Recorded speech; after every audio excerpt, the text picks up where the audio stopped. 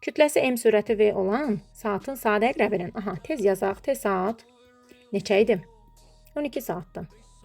4 saat müddətində, 12 saatda əgər bir dənə dövr eləyirsə, onda 4 saatda nə qədər dövr eləyəcək? 4 bölünsün 12, yəni 3də 1 dövr edəcək.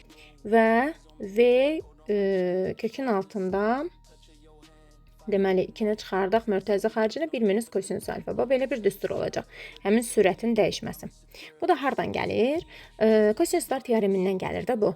C bərabər, məsələn, 3 bucaqda tutaq ki, bax. A, B, C. Bura alfadır, düzmü? A-nı, B-ni verib sənə alfanı verib C-ni istəyirsə, sən bunu belə tapırsan. A kvadratı üstəgəl B kvadratı minus 2AB kosinus alfa. Kosinus alfa, bax. Həmin şeydir də. Biz də A ilə B-nin yerinə V qoyuruq. Çünki onsuz da çevrə üzrə hərəkətdə sürətin qiyməti eynidir də. Dəyişmir ki. Ona görə hamısına V yazdıq. V kvadratı üstəgəl V kvadratı minus 2V vur V kosinus alfa. Vəssalam.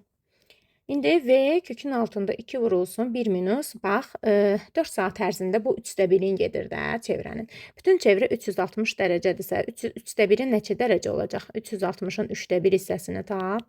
20 dərəcə, düzmü? Deməli 1 minus kosinus 120 dərəcə. 1 minus mənfi 2də 1 qoymalıyıq.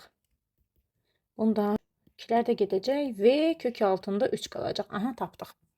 Onda impulsun dəyişməsi də m delta v-dir də. Əgər sürətin dəyişməsi v kökdə 3-dürsə, o da olacaq. Impulsun dəyişməsi də olacaq. M v kök 3. Belə bir cavab axtarıram. Necə yəni yoxdur? Səhvdir bu. MV kökdə 3 olmalıdır.